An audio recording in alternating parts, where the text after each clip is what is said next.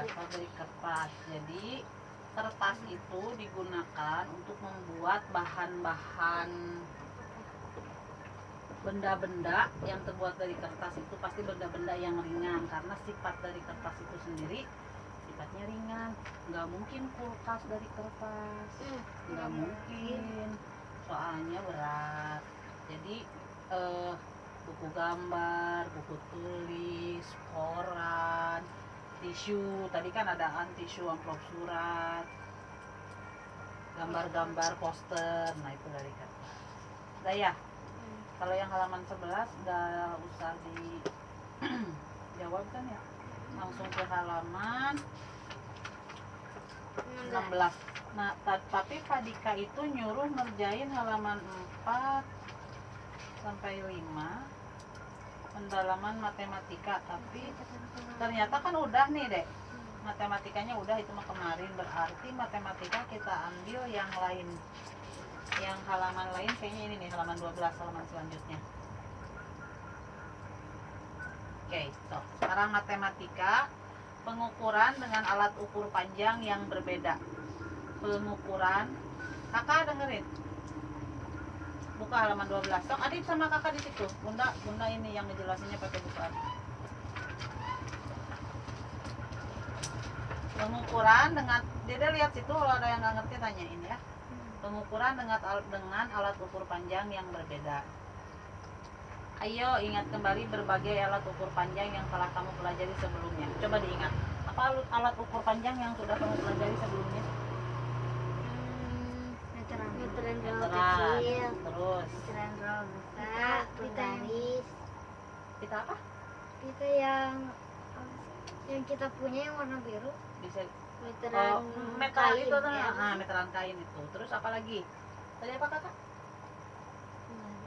Penggaris. Alat ukur panjang itu jadi mengukur panjang benda. Kalau timbangan alat ukur panjang bukan? Bukan. Alat ukur apa? Berat gitu. Iya, berat. Alat ukur berat. Nah, berarti udah ingat ya. Alat ukur panjang baku yang biasa kita gunakan sehari-hari antara lain penggaris, meteran kain, meteran kecil, meteran roll besar. Penggunaan masing-masing alat ukur panjang, alat ukur panjang baku tersebut disesuaikan dengan benda yang akan diukur dan kemudahan penggunaannya. Perhatikan alat-alat ukur berikut. Perhatiin di bawah, lihat. Yang ke satu gambar apa? Penggaris. Penggaris dapat digunakan untuk mengukur panjang garis atau benda-benda yang ukurannya tidak terlalu panjang. Hasil pengukuran ditulis dalam milimeter, sentimeter, atau inci. Coba kakak sebutin 2 contoh benda yang bisa diukur dengan penggaris. Pensil penghapus. Karena pendek. Kalau adik apa contohnya benda yang bisa diukur sama penggaris? Buku. Cipok. Cepuk. Cepuk. Oke. Meteran pita. 2. Meteran pita atau kain. Nah, kita punya tuh yang warna biru ya. Meteran kain dapat digunakan untuk mengukur kain atau bahan atau anggota tubuh karena sifatnya lentur.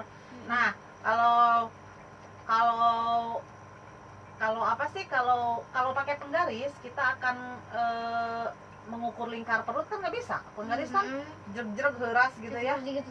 Nanti potong, iya, nanti patah. Jadi pakai alat ukur panjang. Ini juga meskipun bulat, lingkar perut kan muter gitu, bulat lingkaran ya, tapi panjang gitu, masih tapi dia jadi panjang gitu, jadi mengukur panjangnya kan, berapa lingkar perut dilingkarin set gitu, tapi panjang hasilnya gitu. Jadi alat ukur panjang sama. Terus kalau meteran kain gitu kan dia lemes ya, bisa misalnya berapa panjang berapa panjang kulkas misalnya, dari ujung belakang sampai ke bawah. Nah, disatuin gitu kan, belok nih dari ujung belakang set ke sini, terus berhenti di sini set ke bawah, jadi dia bisa dibelokin. Jadi untuk untuk mengukur, selain ukur kain, ukur badan, bisa mengukur sesuatu yang sulit dijangkau dengan, yang sulit dilakukan atau diukur dengan meteran alat ukur lain yang heras gitu. Apa sih, bukan heras, apa ya namanya, yang bentuknya tuh kaku gitu, kayak penggarisan kaku, keras, dia nggak bisa di, kecuali ya jadinya lama gitu, kayak kulkas ya, kayak misalnya penggaris mau ngukur Itu apa itu apa iya, jadi enggak, kalau misalnya ngukur yang lekuk gitu kan, kalau ngukur panjang rumah enggak apa-apa, tapi lama, 30 cm tambah 30 cm tambah 30 cm lama gitu. aku yang meja lebarnya yang tambah ini. Mm-mm. Terus yang ketiga apa itu? Ketiga, meteran roll kecil. Meteran roll kecil. Tukang kayu atau pekerja bangunan, tahu pekerja bangunan? Tahu? Yang kemarin kerja di Aki Dede, nah itu pekerja bangunan, tukang bangunan kayak Abah gitu lah. punya di Knuki. Ya Pak? Abah Nah, Abah kalau punya. besok dimainin. Tukang kayu atau pekerja bangunan biasanya menggunakan meteran roll kecil atau meteran saku karena bentuknya kecil dan mudah dibawa. Hasil pengukuran dapat ditulis dalam satuan sentimeter atau meter. Nah, kenapa para pekerja menggunakan meteran roll kecil? Karena dia kan misalnya ngerjain rumah nih, dia lagi naik di atas ya, di atap rumah. Kalau meterannya yang roll besar, di mana ngegantunginnya? Harus bawa tas gitu. Ini berapa ya kayu dari sini ke sini? Keluarin dulu dari tas. Panjang. Susah ngegulungnya. Masukin lagi ke tas, kan ribet. Kalau meteran roll kecil bisa masuk ke saku. Jadi dia ini kayaknya kurang lebar nih gentingnya. Ini 40 cm.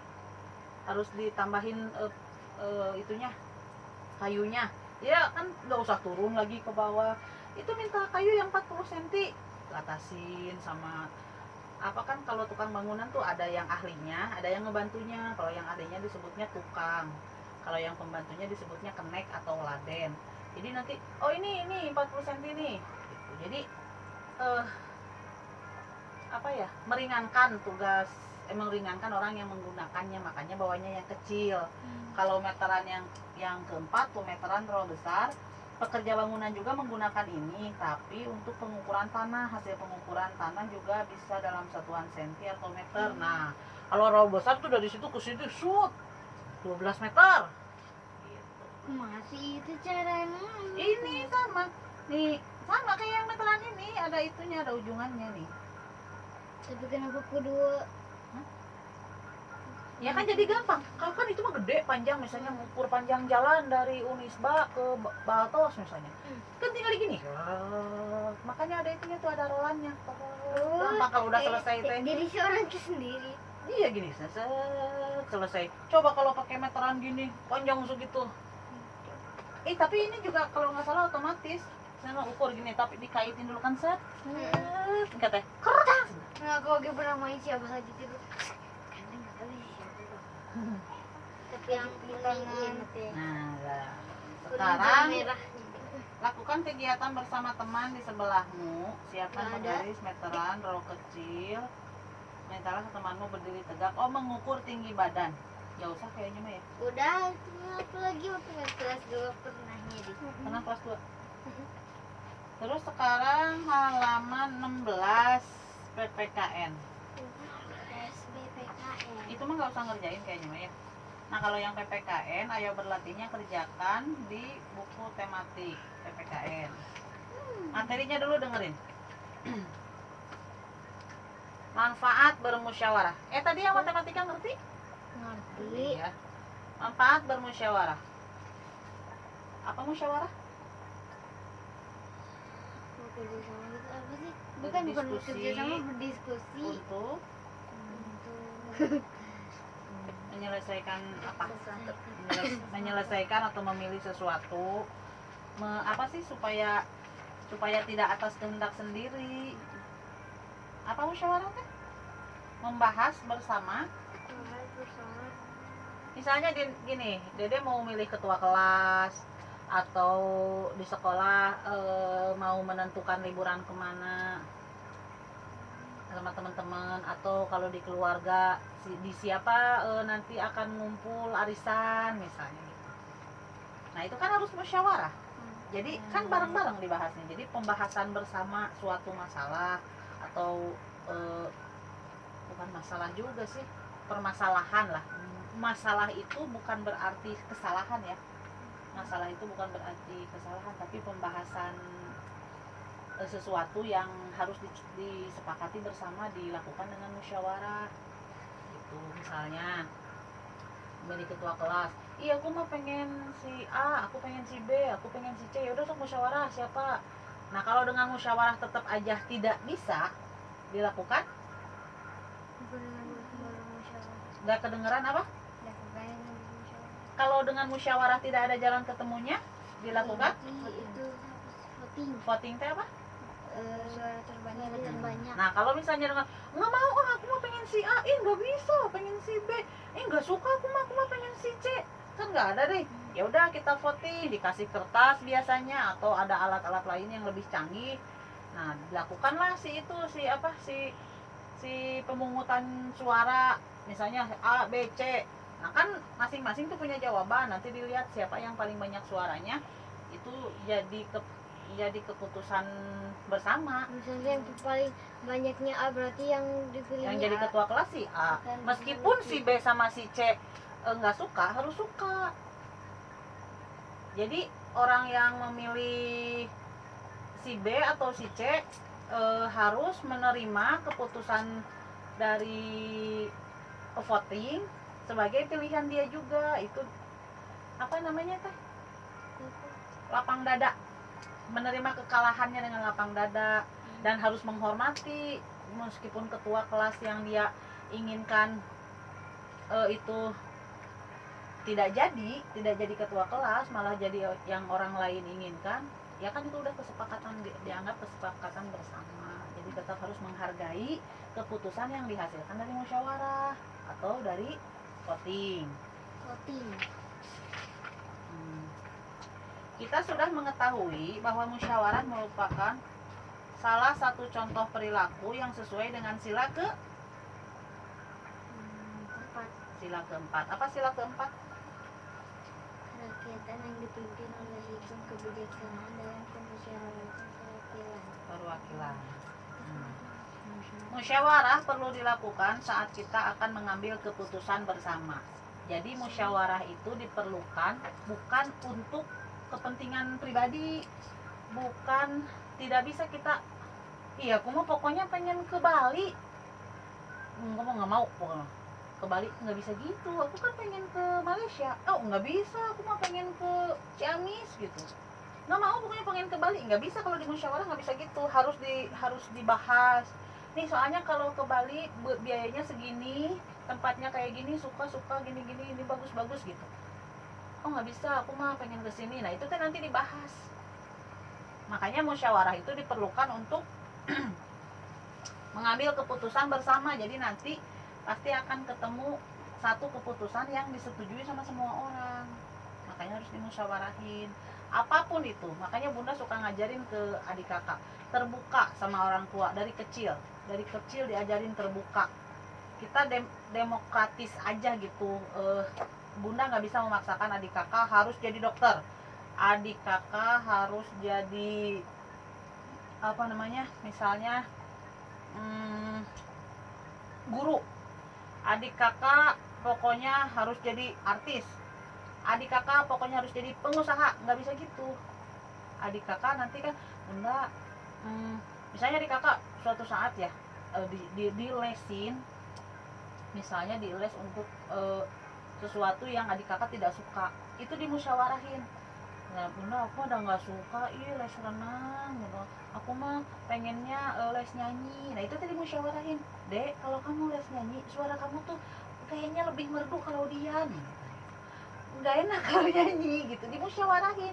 Tapi bunda aku pengen belajar pokoknya gini. Ya udah gini, kalau kamu ngambil les nyanyi berarti kamu harus gini, dimusyawarahin.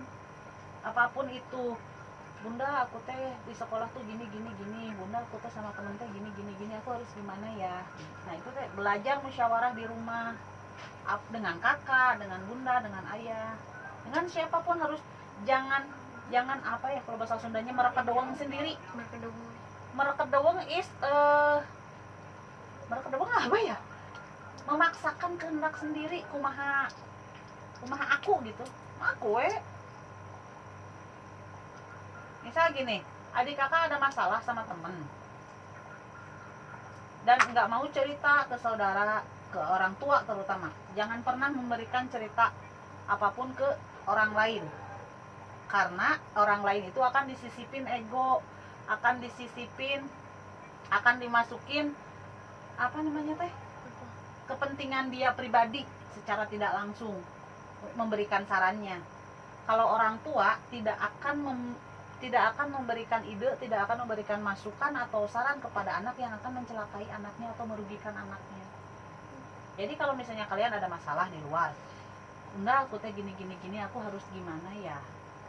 Nanti kan orang tua akan memberikan saran. Kalau kamu salah itu akan tetap disalahkan. Kalau Bunda gitu prinsipnya, tidak itu saudara, tidak itu anak, bahkan orang tua ketika salah. Tapi mereka keluarga harus dibela. Dengan cara belanya gini dulu, dikatakan dulu itu salahnya apa. Kalau misalnya perlu diberi hukumannya apa. Tapi kita harus membela, iya anak saya salah sudah gini, saya juga sudah ngasih tahu harusnya seperti ini. Saya minta maaf, tapi untuk gini, membela tetap tidak. Iya dah anak saya juga salah, sok lah mau disiksa mah misalnya. Enggak gitu orang tua mah. Pasti akan tetap membela, tapi dengan porsinya, salahnya segimana. Kalau nggak salah sampai manapun akan tetap dibela. Kayak gitu. Nah, kalau misalnya merekedeweng yang tadi kata dia nanya, merekedeweng itu apa? Merekedeweng itu memaksakan ide sendiri, ego sendiri. Jadi misalnya aku ada masalah nih sama si A. Enggak, kayaknya dia yang salah. Enggak, aku mah nggak salah. Padahal si teman kamu nyata pengen kamu teh datang dan meminta maaf, tapi karena kamu gengsi, karena kamu males gitu kan, sorry harus saya minta maaf. Terus jadi kamu teh diam di rumah, nggak mau ngedatengin teman kamu dan minta maaf.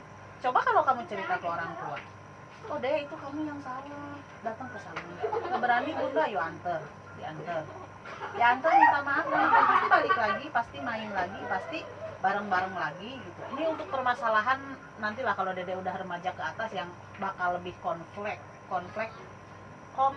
masalahnya gitu.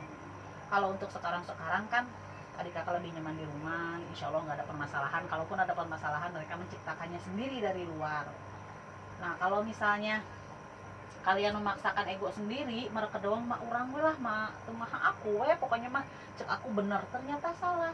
Ketika ada permasalahan ketika ada akibat dari permasalahan yang kamu buat, itu akan kena ke beberapa orang lain yang di sekitar kamu. Masalahnya ini kamu nggak cerita, terus kamu memutuskan keputusan kamu sendiri dan ternyata salah, efeknya kemana-mana. Bunda kena, si kakak kena. Pas jalan misalnya, oh ini ya kakaknya si Peli, adiknya jutek, adiknya suka mukul orang, nggak tahu diri. Padahal si kakak nggak tahu apa-apa. Masalah apa ini? Terus pas pulang ke rumah, adik tadi aku dibilangin ini sama si itu gini, iya kak kemarin aku mukul si itu. Kenapa tuh kamu nggak cerita? Jadi aku dimarahin kayak gitu. Jadi apa-apa usahain terbuka, diskusi lah. Kalau musyawarah itu penggambarannya lebih luas, lebih banyak orang juga. Kalau di rumah mungkin istilahnya diskusi gitu, didiskusikan harus gimana, harus seperti apa. Bunda aku punya permasalahan ini nih, Bunda aku nggak ngerti hal ini, Bunda aku nggak ngerti pelajaran ini. Itu diskusi, itu sama juga musyawarah, tapi dalam hal kecil gitu. Jadi kan nanti dicari solusinya harus gimana. Lanjut.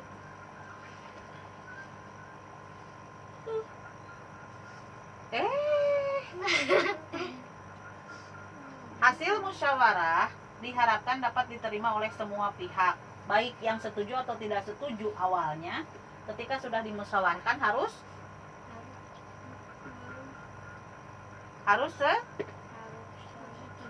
setuju. Liatin biar paham. Liatin ke situ, dengerin Bunda yang bacanya. Hasil musyawarah harus dilaksanakan oleh semua pihak yang terlibat dengan penuh rasa tanggung jawab. Kegiatan musyawarah memiliki banyak manfaat antara lain sebagai berikut. 1. Melatih kita untuk berani menyampaikan pendapat. 2. Menyelesaikan masalah yang ada dengan baik. 3. Mengambil keputusan yang adil dan bijaksana. 4. Menciptakan rasa kebersamaan dan tanggung jawab. 5. Menghargai pendapat orang lain. Nah, ini benar. Kegiatan musyawarah memiliki banyak manfaat. Kalau dalam musyawarah, nomor 1 nih, melatih kita untuk berani menyatakan pendapat. Misal kita ambil musyawarahnya di kelas, menentukan siapa yang akan jadi perwakilan untuk mengikuti lomba matematika. Sini pintar, sini pintar, sini pintar. Kalau dimusyawarahin misalnya gitu kan, siapa yang akan mewakili kelas kita? Nah, nomor 1 nih, melatih kita, lihat di situ, melatih kita untuk berani menyatakan pendapat. Misalnya kamu punya kayaknya aku lebih suka Hanifa deh yang jadi perwakilan kelas kita. Misalnya, kamu itu melatih kita berani menyatakan pendapat. Ngacung, angkat tangan kamu, Bu, kayaknya si ini deh Bu, bagus gitu kan. Itu dilatih di musyawarah untuk berani menyampaikan pendapat.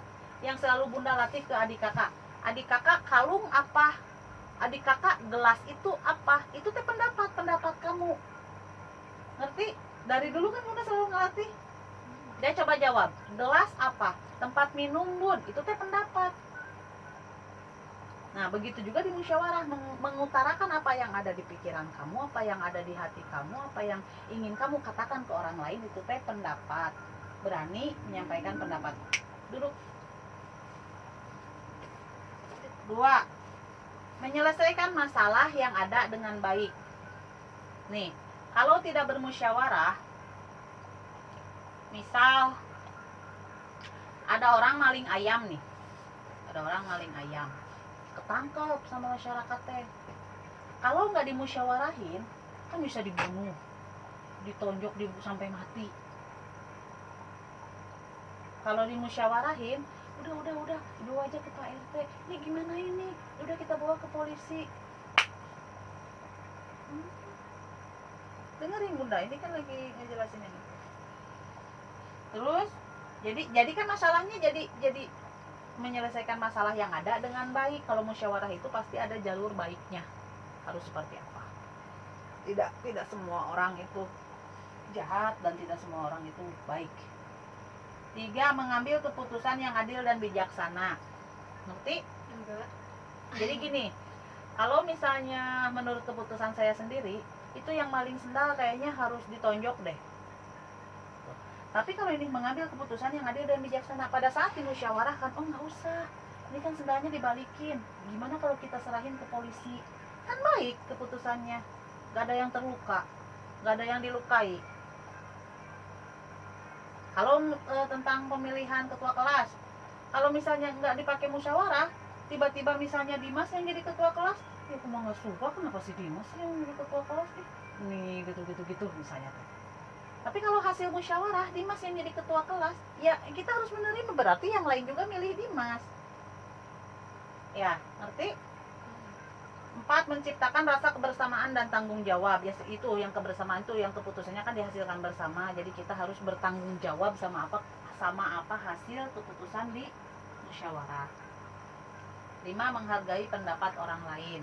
Pada saat Dedek memilih Sisil untuk jadi ketua kelas, tapi orang lain memilih Dimas untuk jadi ketua kelas, dan yang banyak adalah Dimas, dan semua setuju ke Dimas, lebih banyak yang setuju ke Dimas, berarti kamu harus menghargai keputusan atau pendapat orang lain yang memilih siapa? Dimas. Kenapa kamu memilih si itu? Nggak boleh. Semua orang kan punya pilihan, tapi siapa pilihan yang disetujui sama orang yang lebih banyak? Itu namanya musyawarah. Jadi harus menerima keputusan bersama. Ngerti? Kenapa Bunda memilih untuk menjelaskan sama Bunda dan kamu membaca di situ, kemudian mendengarkan sambil melihat bacaannya? Menurut Bunda, ketika tiga aspek digunakan: mendengar, melihat, dan mempraktekkan dengan menulis. Itu lebih cepat masuk. Jadi gini, kamu kan dengar dari Bunda nih, manfaat musyawarah. Kamu mata ngelihat ke sini. Oh, manfaat bermusyawarah. Terus kamu nulis manfaat musyawarah. Udah 3 kali terucap. Pasti akan lebih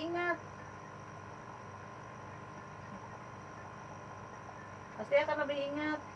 Jadi kalau kamu juga menghafal itu minimal tiga aspek ini: mendengar, melihat, mempraktekkan dengan menuliskannya. Pasti lebih cepat, meskipun cuma 2 balik bacaannya. 2 kali mendengarkan, 2 kali membaca dengan melihat sendiri, 2 kali menuliskan. Itu lebih cepat hafal daripada kamu 5 kali baca doang, menurut Bunda. Nanti kalian pasti menemukan cara bagaimana menghafal yang baik dan masuk dan benar tentunya. Nah, pembahasan PPKN sampai sini dulu. Kamu kerjain dulu. Ayo berlatihnya. Kayaknya soalnya tidak perlu ditulis, jawabannya aja di buku PPKN. Nanti kita lanjut ke halaman 17 bahasa Indonesia. Sok kerjain dulu PPKN nya. Bunda main game lagi. Ntar aku tidur dulu. Nanti soalnya belum tidur.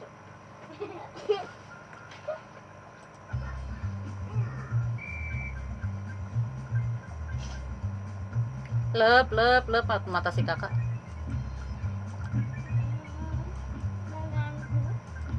Kedengeran tapi nggak. Sok kerjain gerak di PPKN.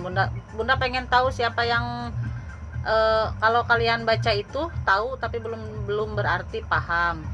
Makanya Bunda pengennya ikut membaca juga, biar Bunda bisa menjelaskan, dan jadi kalian bisa lebih paham daripada cuman sekedar membaca. Kalian bisa jawab soal dari membaca, tapi kadang-kadang kalian nggak tahu apa itu maksudnya. Tahu tapi nggak paham. Tahu sama paham kan beda. Aku juga pernah tapi lupa lagi yang Apanya? jawaban. Yang tahu tapi nggak paham. Ya gitu, Bunda. Oh, kayaknya anak-anak nih tahu tapi mereka nggak paham. Apa ini? Kayak misalnya adik kakak nggak tahu kertas itu apa. Kalian kan cuma baca kertas dibuat dari kayu, biasanya kertas untuk membuat tisu.